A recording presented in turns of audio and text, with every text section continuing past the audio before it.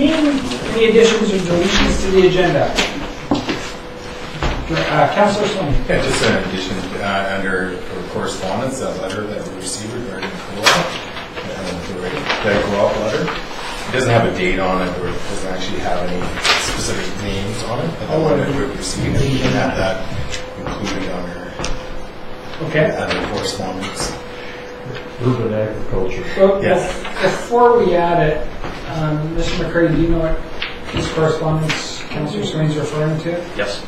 Recognizing it potentially relates to specific property and bylaw enforcement, is there any problem in adding it to the agenda?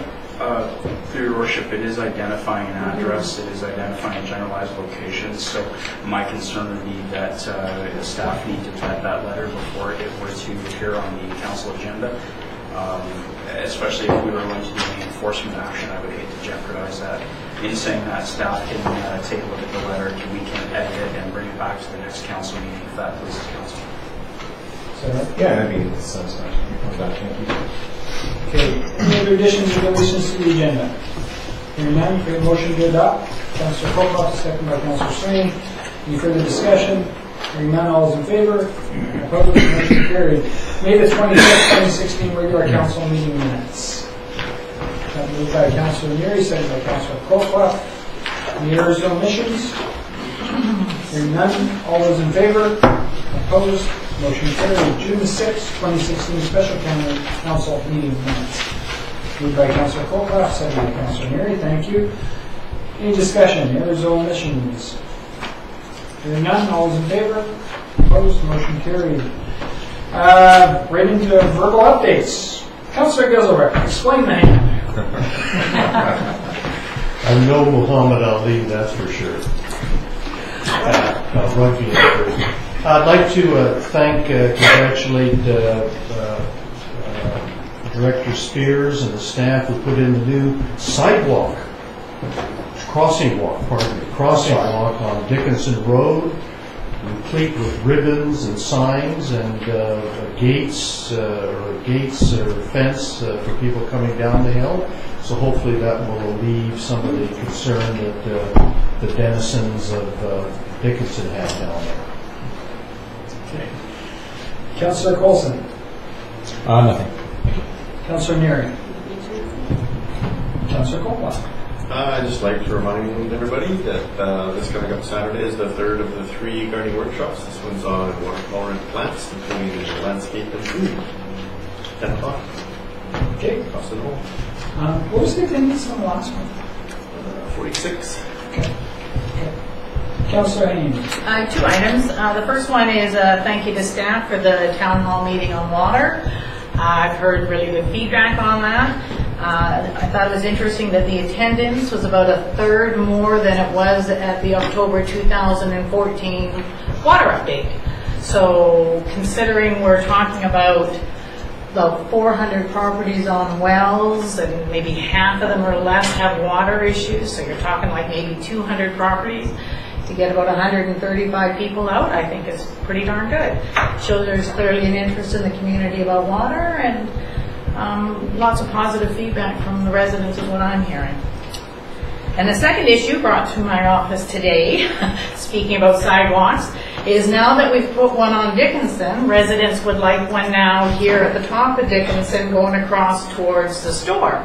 They feel that's more of a safety issue crossing Lansville Road than on Dickinson. So I told them to bring their issue to council and hopefully we can accommodate that crosswalk.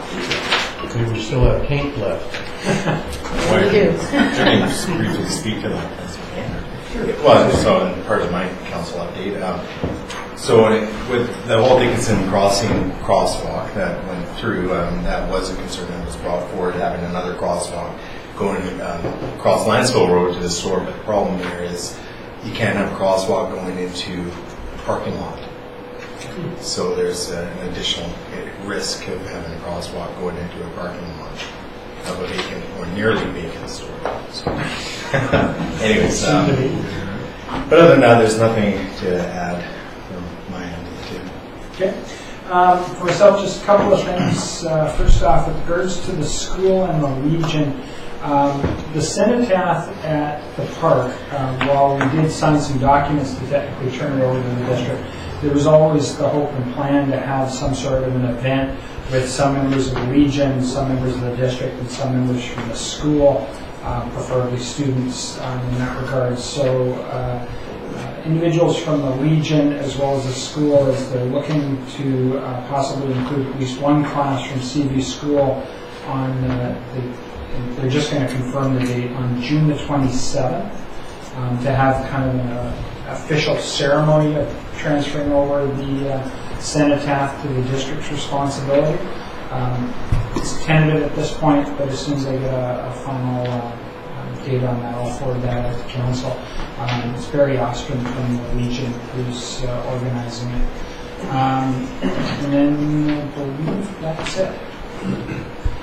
Okay, Parks and Rec Commission meeting recommendations. There's a couple of recommendations that come out of Parks and Rec minutes. I think we should do a motion to receive the minutes first, I believe. Moved by Councilor Neary, seconded by Councilor Colclough. Any discussion on the minutes? Hearing none, all's in favor? Opposed? Motion carried. Now there's a couple of recommendations that come out of that. And before we move to recommendations, I just want to Councilor Neary, with respect to these recommendations, they both say represent the District of Lanceville. Would it be more appropriate to say represent the District of Lanceville Parks and Rec Commission? Just thinking in terms of the chain of basically Woodlot reports to the Commission, who then provides recommendation to Council. My only stance to that is I'm not sure. Because although Parks and Rec is the body that recommends council's appointee, because it's usually a member of the Parks and Rec committee, I'm not sure whether the feedback is directly to council. I mean, I think the representative is the conduit of council at that body. I could stand to be corrected. I'm looking actually at Ms. Coates to help me along with that. And I was going to jump in there, but I saw Councillor Hayden, who was here when the original request had come in, and yes, my understanding was that the Parks and Recreation Commission is an advisory body to council, and so it's council's appointment. Well, it's our appointment, but kind of who does this individual represent? And I'll tell you where my challenge comes from is there's yourself as the first recommendation, but then there's the alternate, and the alternate is not a member of council. And so we've got a bit of an inconsistency there. So normally if this is a Parks and Rec representation, we would just appoint an alternate out of our own ranks. Yeah, and then in my mind what happens unless council is... wants council, in which case it's not That's up to happening in the council. past though. No. Councilor. Speaking to this, because I was third alternate after Councillor Swain, at the previous Parks and Rec, when this issue came up, it was very clear they did not want a political representative on Elway. It is not a group of people that report to the Parks and Rec. They have just somebody who wanted to sit there. This is a non-political group. I don't know if you attended some too, Mo. Yes. Yeah, and I don't think they want political positions on there. Oh. And we were made very clear by the previous CAO that council members, which is why I was kind of the third, because they did not want a member of council on that committee. Okay, well that was a different complexion. I mean, it's news to me, so I'm not sure where this is going. Councillor Gilmore? Well, you know, the woodlot is a very controversial subject right now in Lanceville. And we've had petitions, there's various initiatives with respect to the woodlot going on. We met with the Minister of Forest. I think it's an important position to have somebody on LWAG. I mean, that committee was set up under the management plan back in 2005, and I don't think it's ever seen, personally, I don't think it's ever seen its potential to interact with the woodlot operator and to keep the community informed as to what's happening up there. So personally, I would like to see a political representative on that committee and to be reporting, whether it's directly to council or through the Parks and Rec, to council, so that we keep abreast of what's going on up there. It's part of our watershed. I think that's extremely important. Councillor Mayor. I'm looking for clarification from Councillor Hayne. She said that it was made clear that a political representative was not wanted. By which body? LWAC? Well, and by the council of the day, he felt it was I see. inappropriate also. Okay. I'm to put my 2 pence in. I think we have to recognise that the agreement on the management of the Woodlot recreational portion, the perimeter, is actually with District of Lancel. District of Lancel is also represented on LWAC by a member of staff, which usually Mr. Spears attends. That's all I would say. I'm at the mercy of Council's direction here. I'll take whatever direction the Council wishes to go. Before I turn on to Mr. McCrae, and here's from my standpoint, I have no concern at all for you representing on LWAC. For me, it was just kind of a chain, because Right. the realization is that the Parks and Rec Commission, for example, in their appointment of an individual, whoever it is, to LWAC is related to a Parks and Rec function. Yep. And when it comes to Parks and Rec functions, in my mind, there'd be the discussion with regards to LWAC with Parks and Rec Commission member or individual, who would then report to Parks and Rec Commission, who would then make representation to council. Right. Just the way the motions themselves are worded, it sounds like that individual deals directly with council and kind of circumvents the Parks and Rec Commission. So for me, it's not the individuals. It's just who they're representing. In my mind, they're there to represent Parks and Rec, which then they provide information to Parks and Rec, who then provides the recommendation to council. Right. Right. Mr. McCrae, anything to? So just to go back in history, I guess, a little bit, the operator of the Woodlot invited members of the Parks and Recreation Commission to sit on LWAC. It's his body, and they meet when he calls them to meet. And it's a way for him to get information out and hear concerns that occur in the community. It seemed timely because at that time we were working with the ministry and they were working with the Woodlot operator in order for the district to obtain the license for the perimeter trail. The history of LWAC, and one of the board members had given the council some information about that after, or around the time the council was making those appointments, a year or 2 years ago, noted that the LWAC was originally created for the Woodlot operator to engage and get input when they were making their application. They didn't operate or meet from the time the license was approved until more recently, like 2 years ago. And they haven't met that often. So for the districts, the purpose is not on the Woodlot operation overall. It's to give a voice in relation to our license for the perimeter trail and compatibility adjacent with recreation. It's not that bigger issue that's been in the community.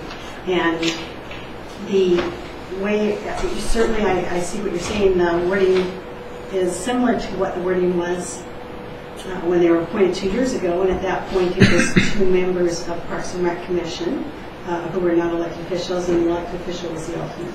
And but the only more recent information is that they were looking for a total of 2 and reduced to have the staff person attending. So if you would prefer, if you feel it would be make it clearer, it's still that it's a Parks and Rec Commission member to represent the district through Parks and Rec Commission. Would that provide you with Or just clarity? the words Parks and Rec Commission. District Lancel Parks and Rec Commission. Well, they are representing the district, but again, it's that the voice comes in back to Parks and Rec and then up through the council. Councillor Swain and Councillor Mayhew. Through the chair's staff, has there been an invitation from LWAG to a request to have new members? I'm just trying to understand why this is even on the table.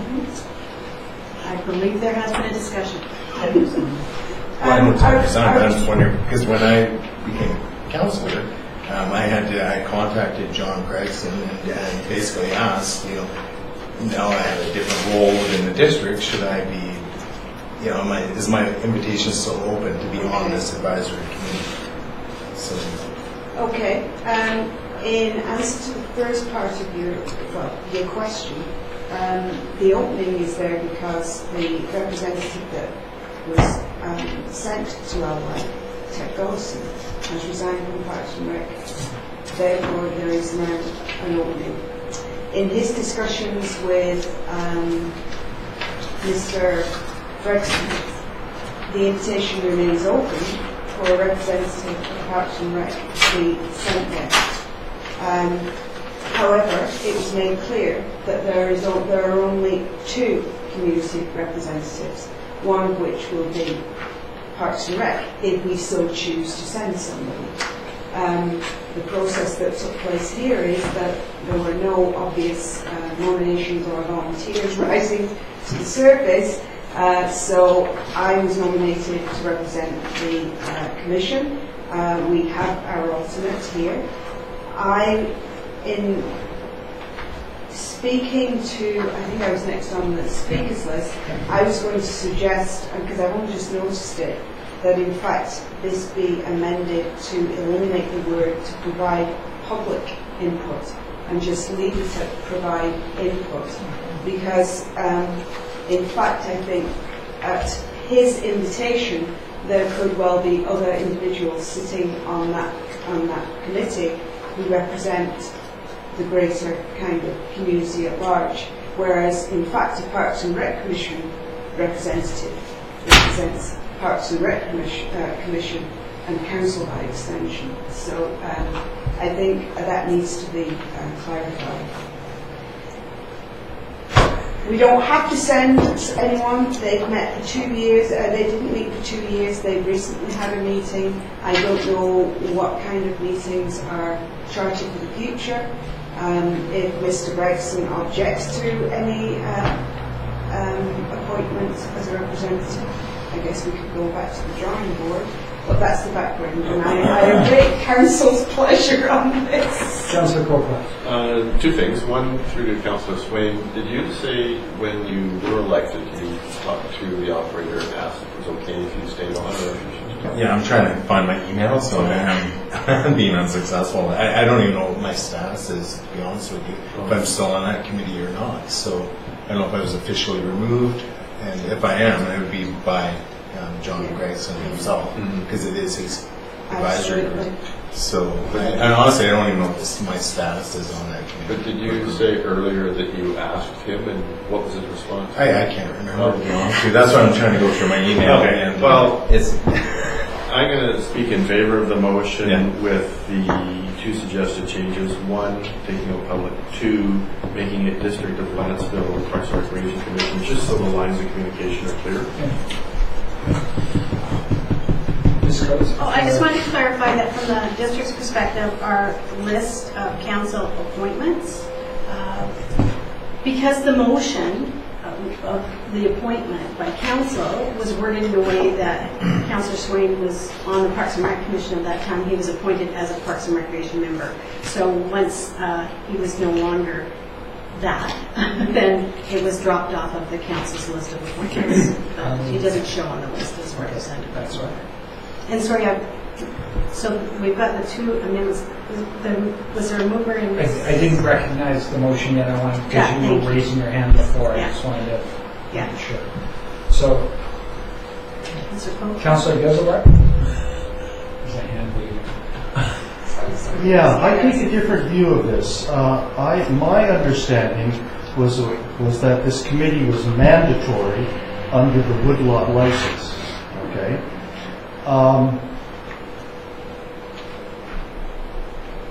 I think that we need to take a more proactive role, whether LWAG is the way to do it. I mean, you know, historically, but for the grace of Minister of Forest, that back in 2005, that woodlot would have been under the jurisdiction of the District of Lantzville and the Sinatwas First Nations.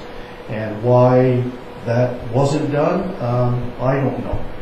I'm going to make a motion that we postpone this vote in order to review the management plan and to see what the original intent of the Lantzville Woodlot Advisory Group was, and to bring this back before council following those investigations. I'll second that. Seconded by Councilor Mary, seeing her early as in motions. Motion to postpone, table. Defer? Lay down. Okay. I was still at the point where I was trying to confirm that there was a motion on the table. No, I didn't recognize. So the there was motion. no motion No. on the table? Okay. No. So this is simply not a motion to refer the subject to, postpone to time and place. So you're postponing this topic for discussion. Do we need to establish time and place? It helps. It won't take long. I'm sure there's a spot on And it. sorry, it's not a postpone, there's no question. It's like council refers the subject to the To a few. June 27th meeting. Does that work? Yep. Okay, moved by Councilor Gesbert, second by Councilor Neary. Assuming there's no further discussion. All those in favor? Opposed? Motion carried. You're out of it for now.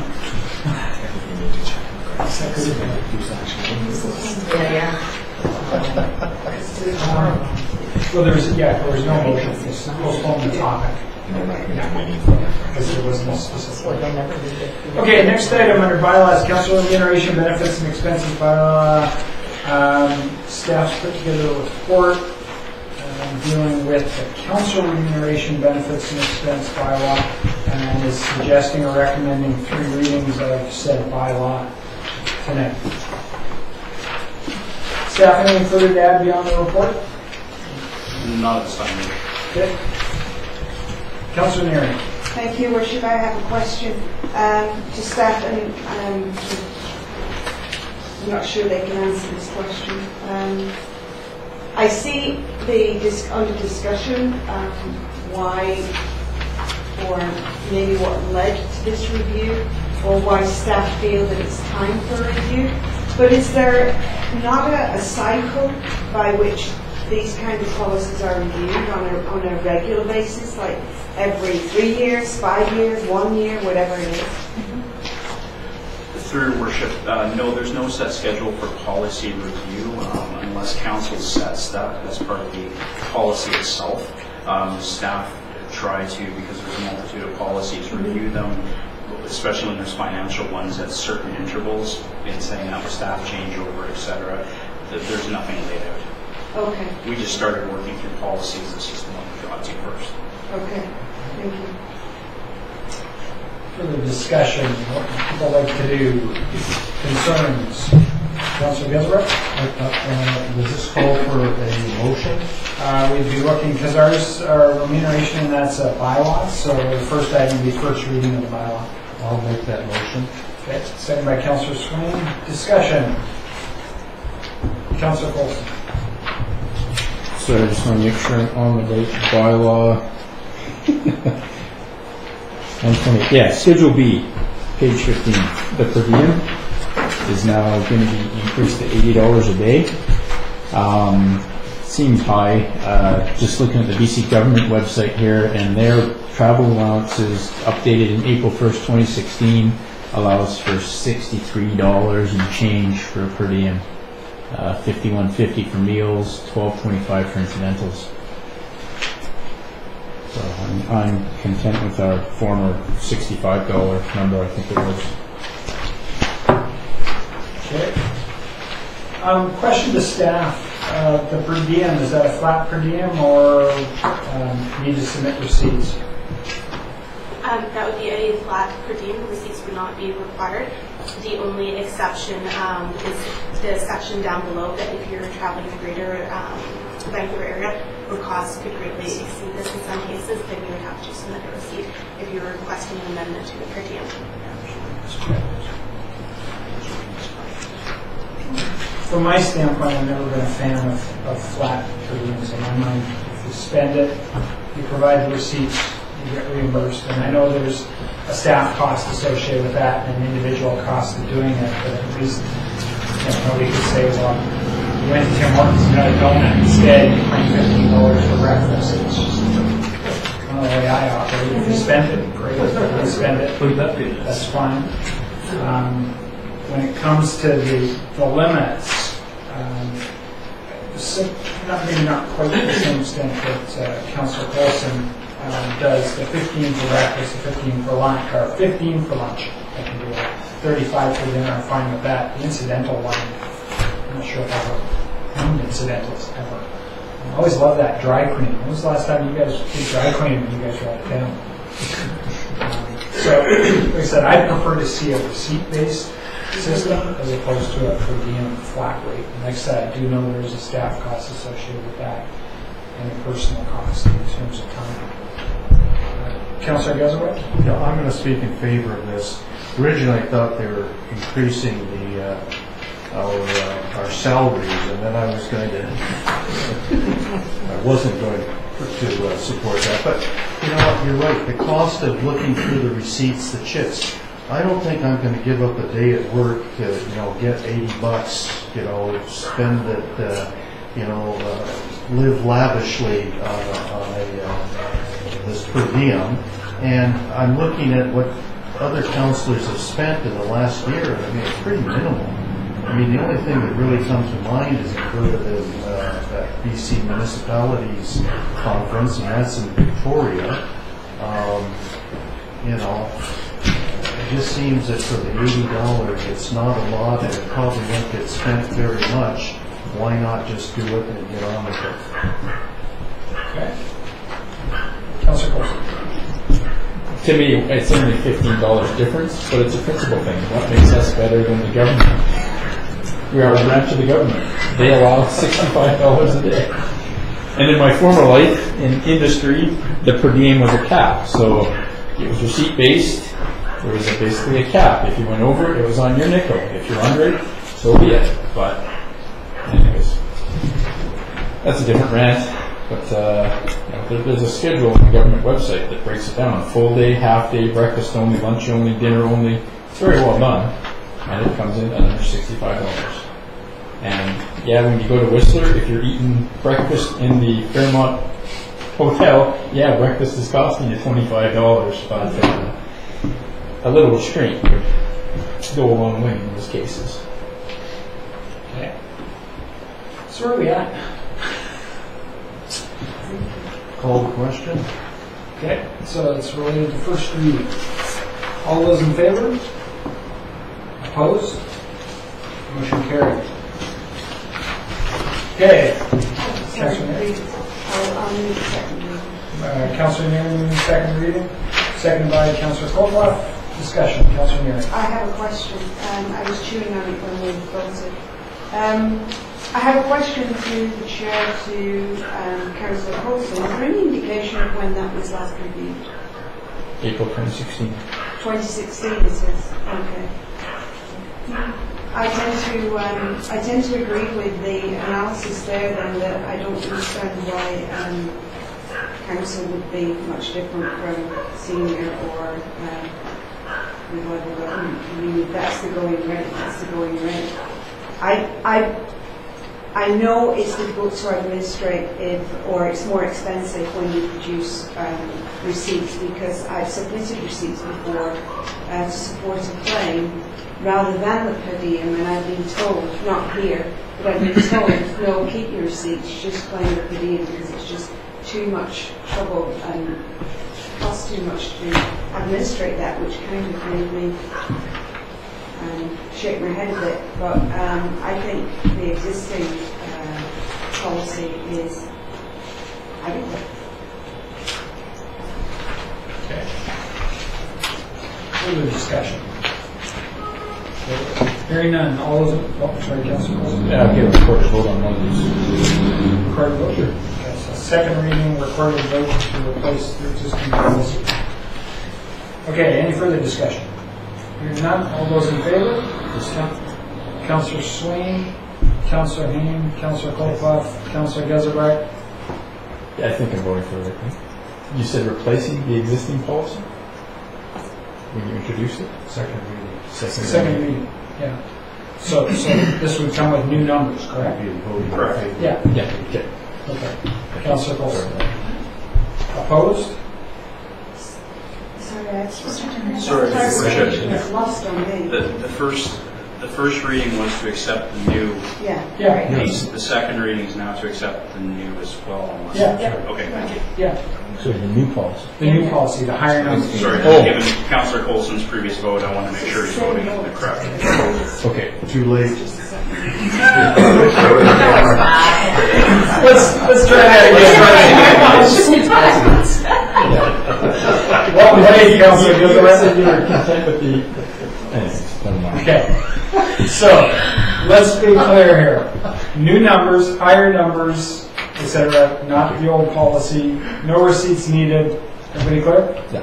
Mr. McCracken? Sorry, Your Worship. I don't know how to use it. Just a couple of highlights I would like to point out to council before they continue their vote. There is provisions in the new bylaw to allow for accommodation, which drastically reduces the cost of hotels. So the comment from staff is there may be a minor increase in the basic allowance for per diem for meals. There can be a drastic reduction, as the average going rate for a hotel in non-metropolis area is $149, $159, whereas in major centers it is $200, $300. Okay. Okay, so we're back to second reading, or on second reading. Recorded vote, new numbers. Okay. All those in favor on the second reading? Councilor Swain, Councilor Hain, Councilor Kolpa, Councilor Geselbrecht. Opposed? Councilor Colson, Councilor Neary, and Mayor Hain. Motion carried. Staff has asked us to do third reading as well. Councilor Kolpa, second by Councilor Geselbrecht. Discussion. Councilor Neary. So I will move that the bylaw be amended to incorporate, to delete the new basic allowance and incorporate the old basic daily per diem. Isn't there a motion on the table, on the floor? She's going to amend it. Will we not have to go backwards? Oh, really? Yeah. That's the point of Of no return? We'd have Or to. keep it. Well, no, because we haven't passed third You reading haven't yet. passed third reading, so you can give it an amended second. Okay. I just Except need to be clear what the amendment is. I recognize the third reading motion. Yes. Trudy? Pardon? Except I recognize the third reading You motion. did, you have a mover and a seconder. Yeah. So in order to entertain, if we wish, Councillor Neary's amendment. I mean, in procedure, you can amend a bylaw, even at adoption, if it's not substantial. In my opinion, it would be substantial. Oh, okay. Okay. So we're okay entertaining the amendment. If it's not substantial. So Councillor Neary? This is substantial. I think it is substantial. You did? I'm talking about really changing the purpose of the bylaw. Mr. McRae? Sorry, it is a substantial change. It is one of the basic tenets of the bylaw that we're discussing. So it's not. I think it was substantial. Okay, go ahead. Okay, so discussion on third reading. Just in response to the mentioning of the accommodation, use of private accommodation, $50 per night. While I understand the statement with regards to kind of offset on terms of cost, in my mind it doesn't make one thing right by having something else change. So in my mind they're two separate things. I appreciate the accommodation option and that sort of thing, especially recognizing people can stay with family and friends and save the district some money, but in my mind that doesn't automatically mean that we could then spend more on food. That's just my viewpoint. Any further discussion on the Councillor Swain? Just a comment on the accommodation point. I did find that kind of amusing because the last time I stayed with friends or family for an event, I don't ever recall handing them $50. So, anyways, just gotta make a comment. Well, Keep in mind it's I think, to me, it just seems like that $50 just goes right into your pocket if you choose to claim it. very fun. Keep in mind it says employees who arrange for private accommodation will be reimbursed $50 in this particular thing. So whether or not you pass it on is up to you. Yeah, exactly. Cheap bastard.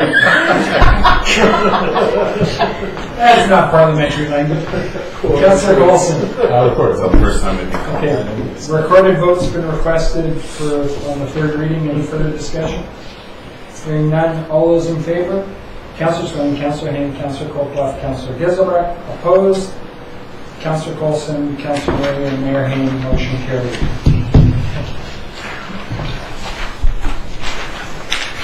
Okay, next item, the 2015 Statement of Financial Information.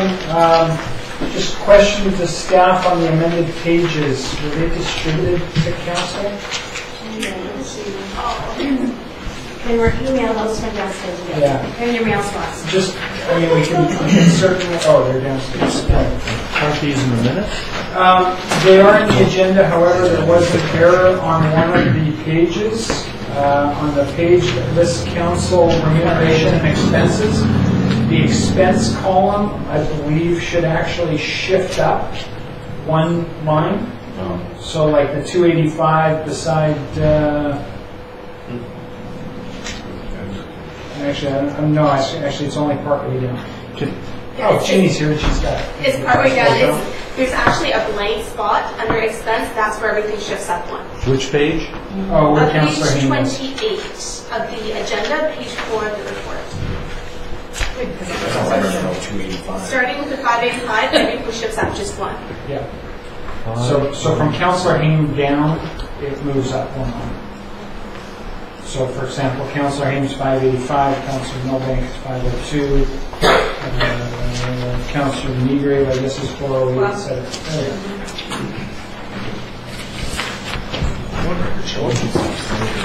Wondering who the big spender is.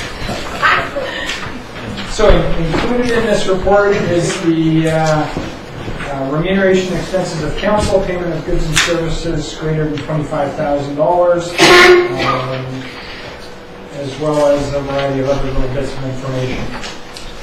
So we're just looking to approve this for the 2015 year. Moved by Councillor Colclough. Is that a second, Councillor Cole? Second by Councillor Giselbrecht. Discussion. Councillor Coulson. I have a question. So I know for myself I've got $285. I'm assuming that was for the LGMA indoctrination session way back when? Was there an ABICC conference in Courtney? I didn't go to that. No, I believe what it was is there was an orientation type session held in about January 2015 up in Parksville. I believe that's what it was. Okay.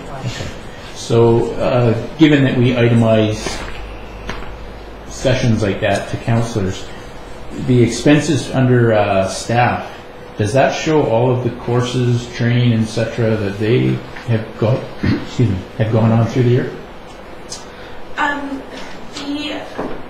The requirement of the report is any expense that relates to an employee or be attributed to an employee is to be recorded. How it was done in the past is not everything was perfectly recorded for us to be able to go back and have every single expense. And it's being done that way going forward. So this would include any large courses are included in this item.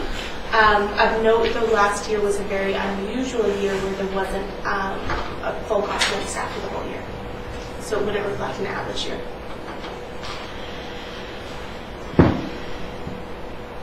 Sorry, so that the practice is to itemize all of that training courses to each employee as their... Okay, thank you.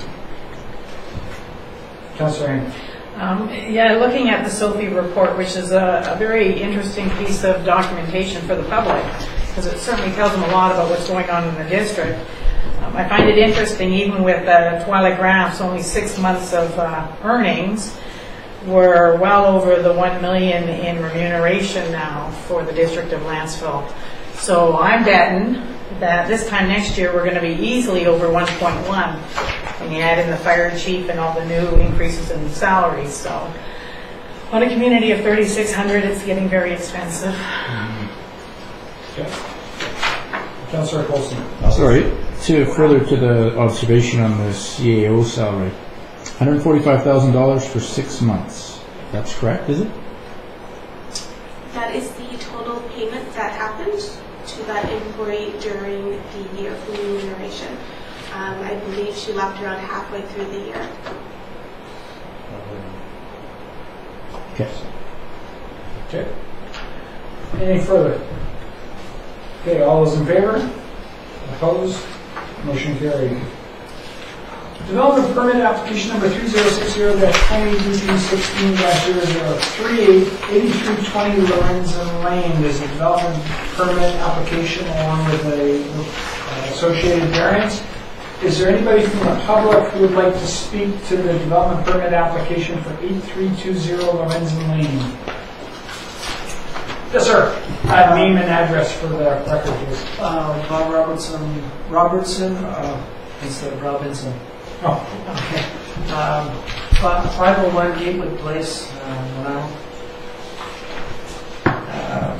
And that was virtually all I had to say.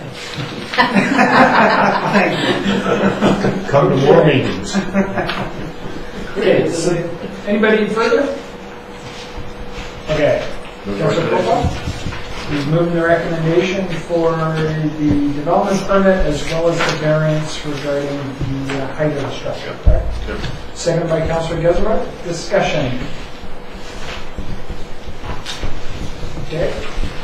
Do know that there was one written submission in favor of the application from some individuals on the same street. Okay. All right. Councillor Swain. Yeah, question through the chair to staff.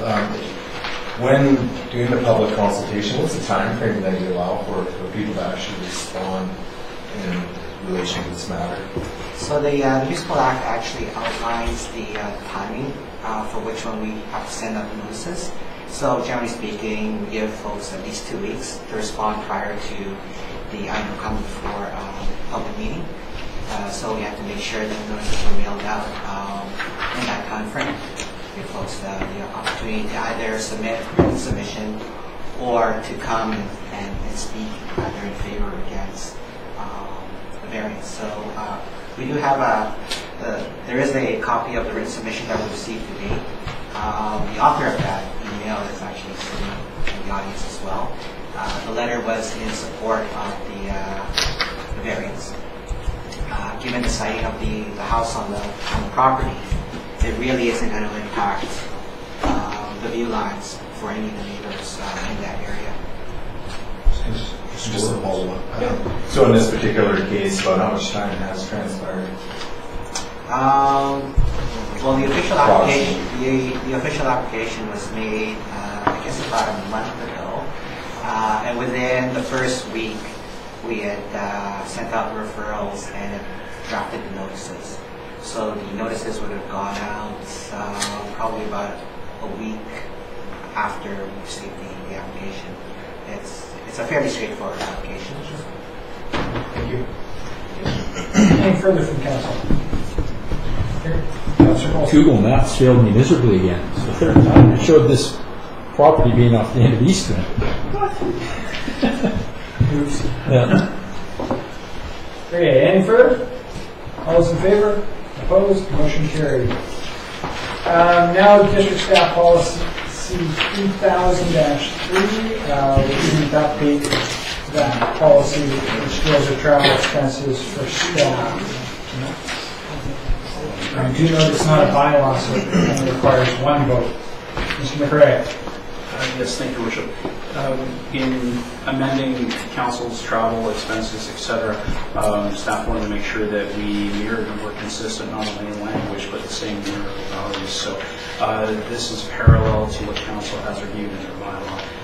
Some of the changes of note were that the policy referred to staff, but that also language in it referring to council.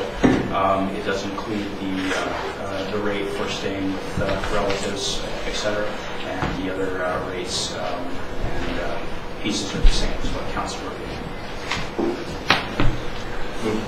Moved by Councillor Colclough, seconded by Councillor Neary. Discussion? Councillor Coulson.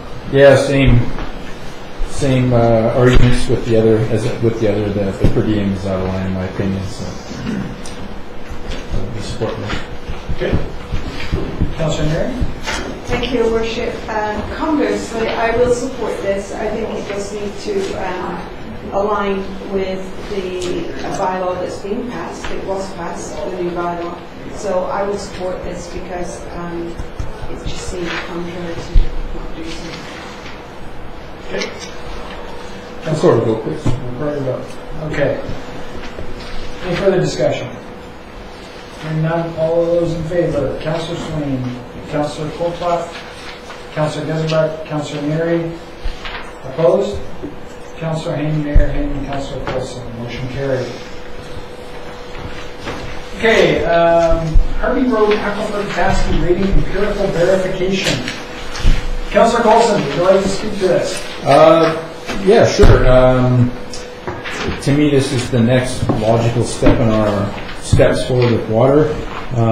We had the hydrologist give us a new theoretical number on the aquifer back in 2014.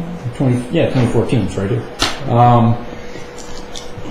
So before we consider just handing out new connections, reducing standards, what have you, the next step is to verify the capacity, empirically verify it. And then the discussions going forward become much more straightforward. It should be the amount of water we have in that aquifer that limits our expansion. So what I would look... Yeah, so as I've detailed there, I'd like just to get a report from staff capturing those points. And we're in a very favorable position right now of being able to do a good test on the aquifer with very limited consequences. Conversely, if we hand out additional connections, we could find ourselves in a situation where we've gave out too many connections. So, like I say, we're in a favorable position. Test the aquifer hard when we're able to, and move forward from there. Okay. Oh, sorry. I thought, yes. Okay. Are you moving? Are you moving it? I'm moving my motion, yes. Second by Councillor Colclough. Discussion. Read my tape. Councillor Colclough, anything to add a second? No, I just concur. I mean, there's been, a bunch of this information has been reported on verbally, and I think it would be nice to have it succinct in one place, in one report.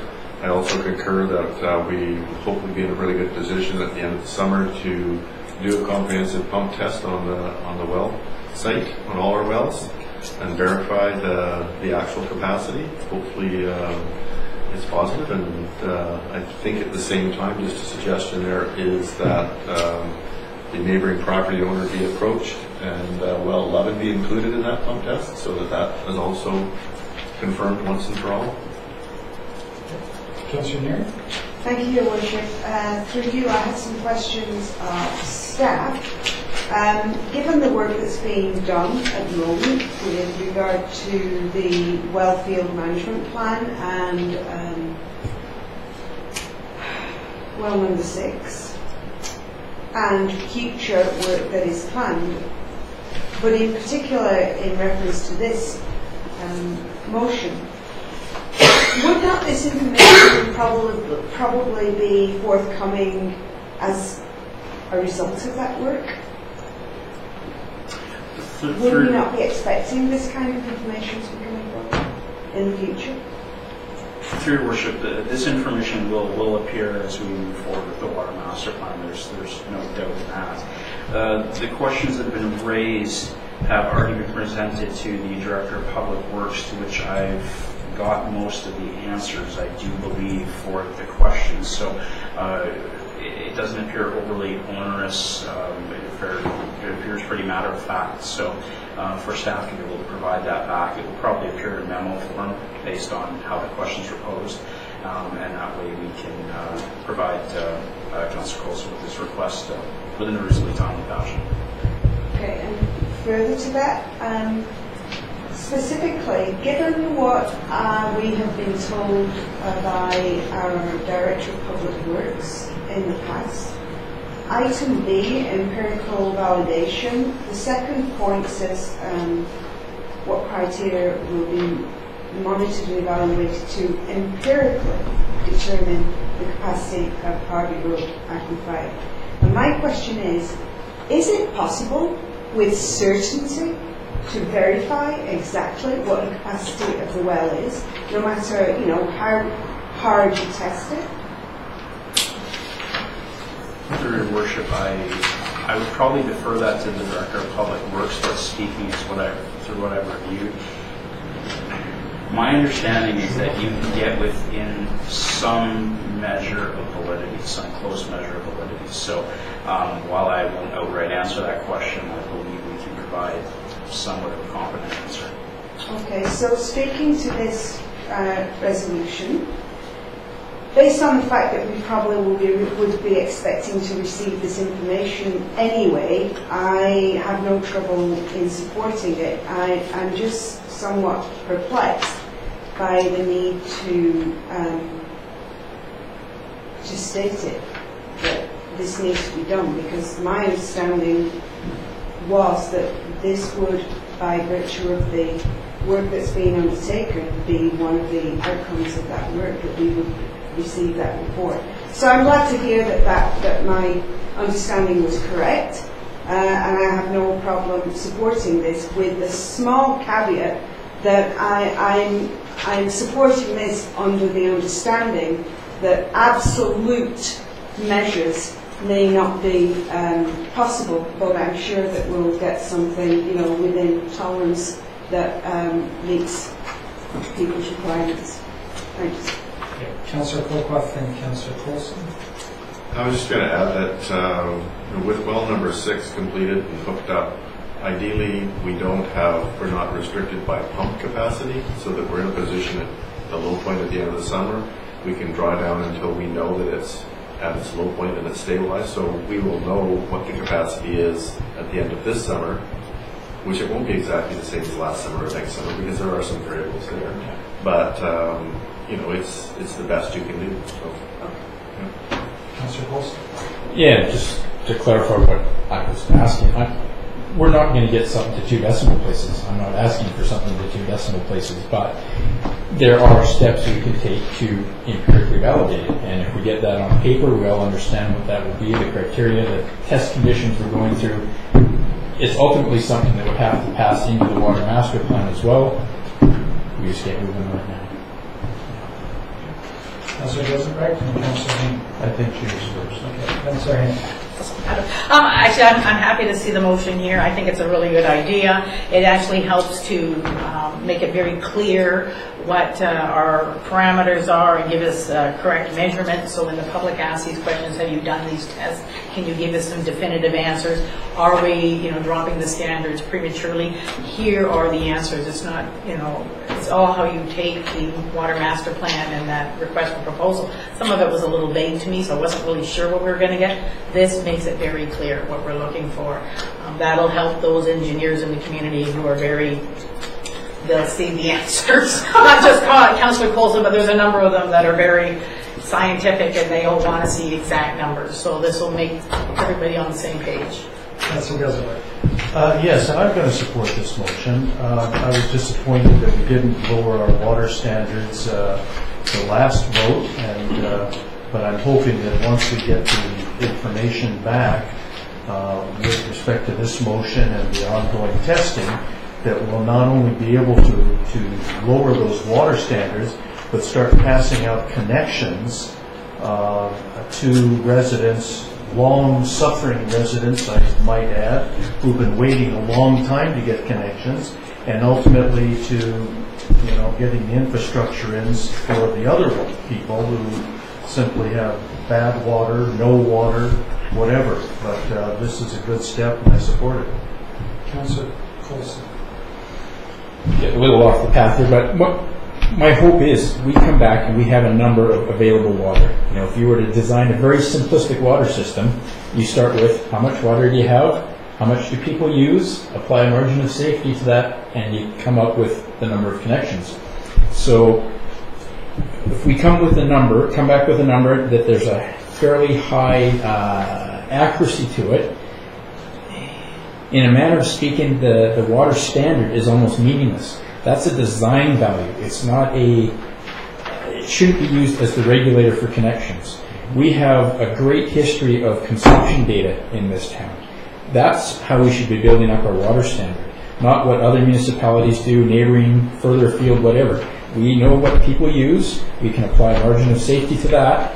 We look at how much water we have, and we can come up with a very good number of connections we should have in our system. That's where I hope we'll ultimately get with this. Let those hoses run this summer. Yeah. Okay. It doesn't affect the motion because the motion is actually the therefore be it resolved part.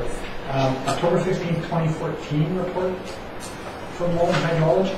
Yeah. Was it in October 2014? Yeah. It was one of the appendices in the 2015 Coors report as well.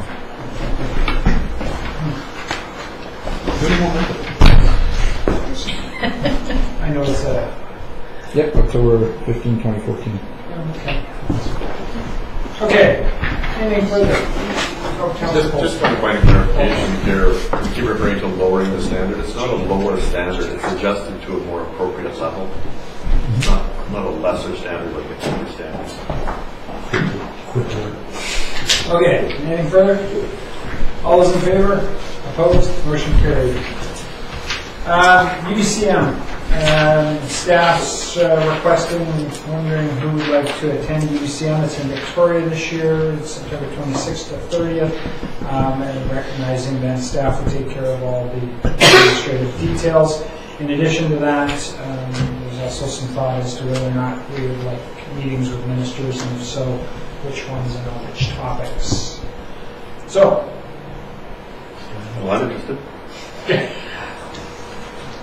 Show of hands? Sure. Well, before show of hands, budget.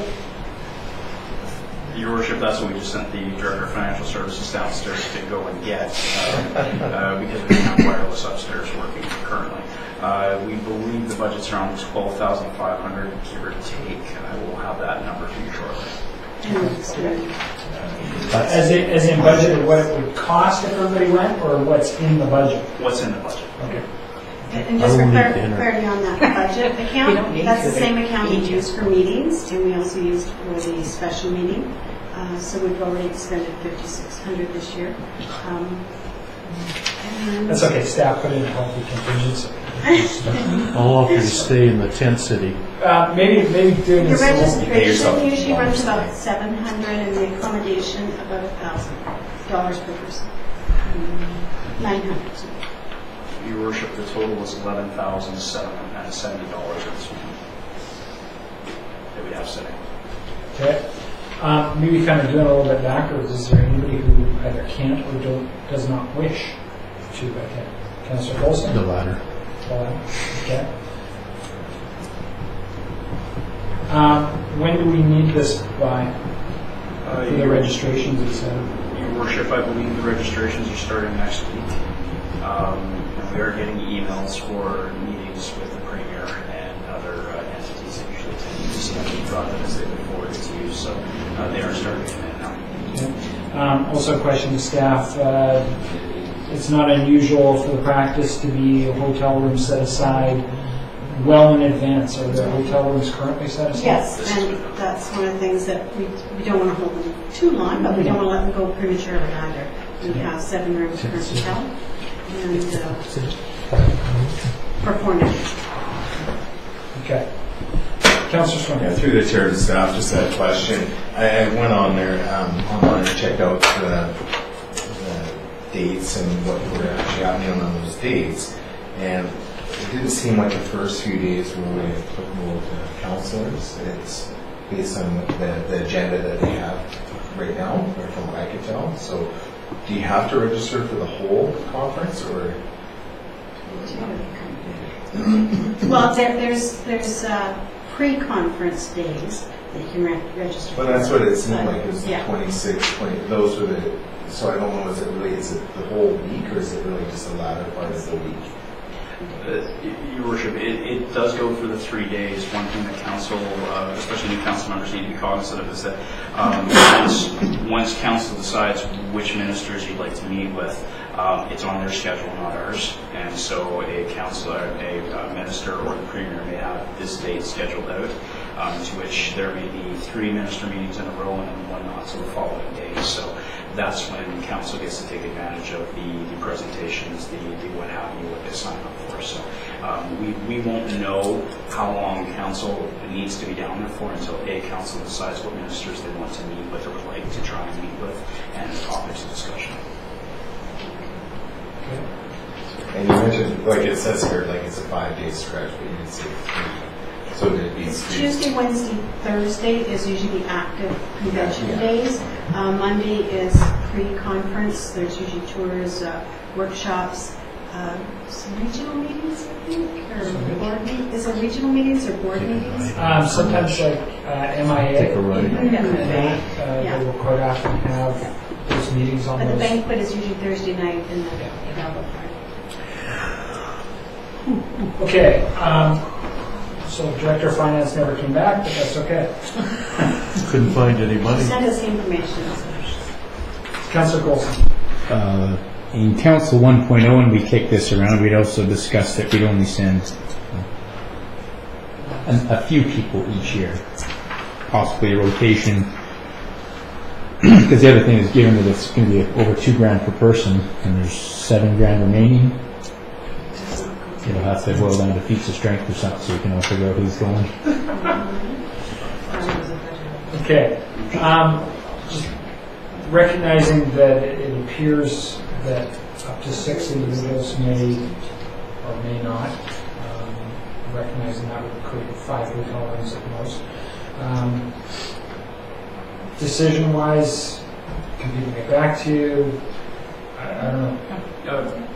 We can defer this. Sorry, I should stop using the word defer. We can move this to a next meeting if council would like to ponder it and get back to us.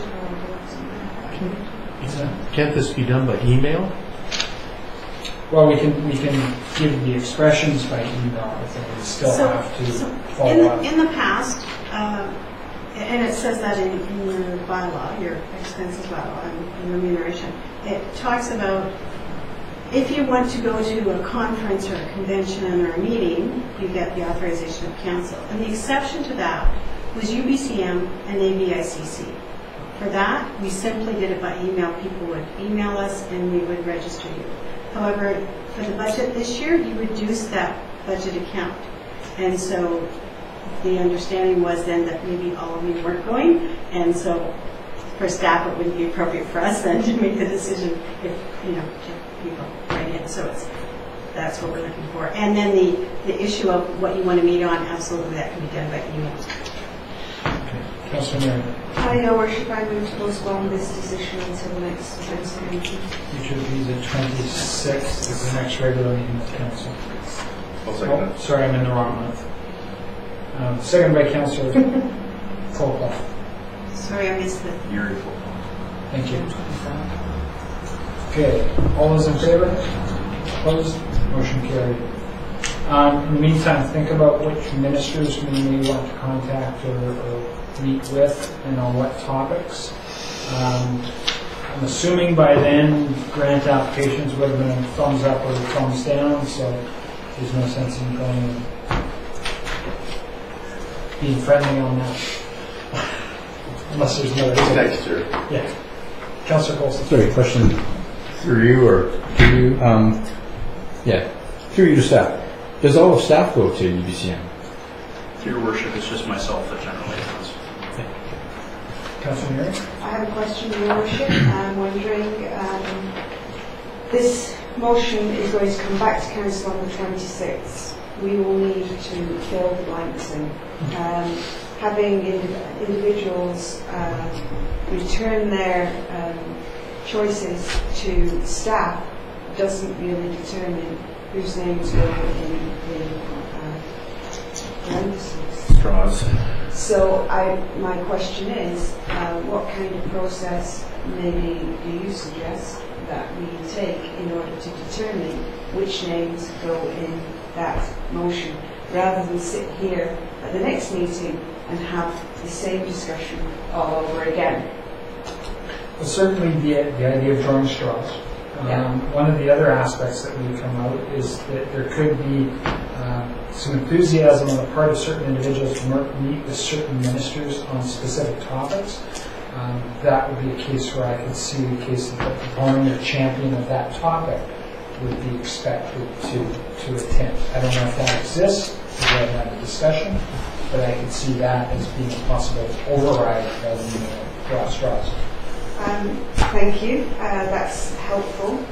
However, further to what you just said, the discussion has to take place, and unless it takes place at this table,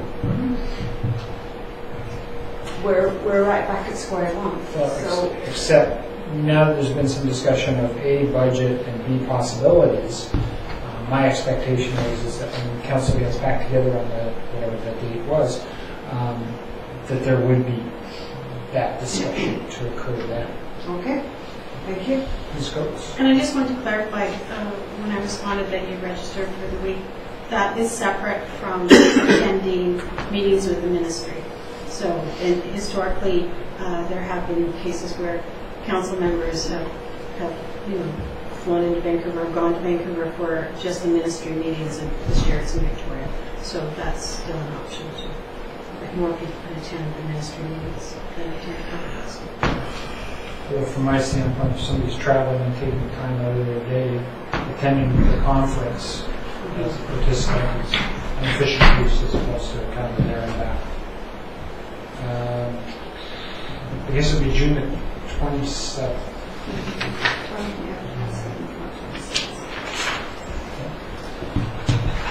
Okay, public, did we actually vote to postpone? I don't believe we did.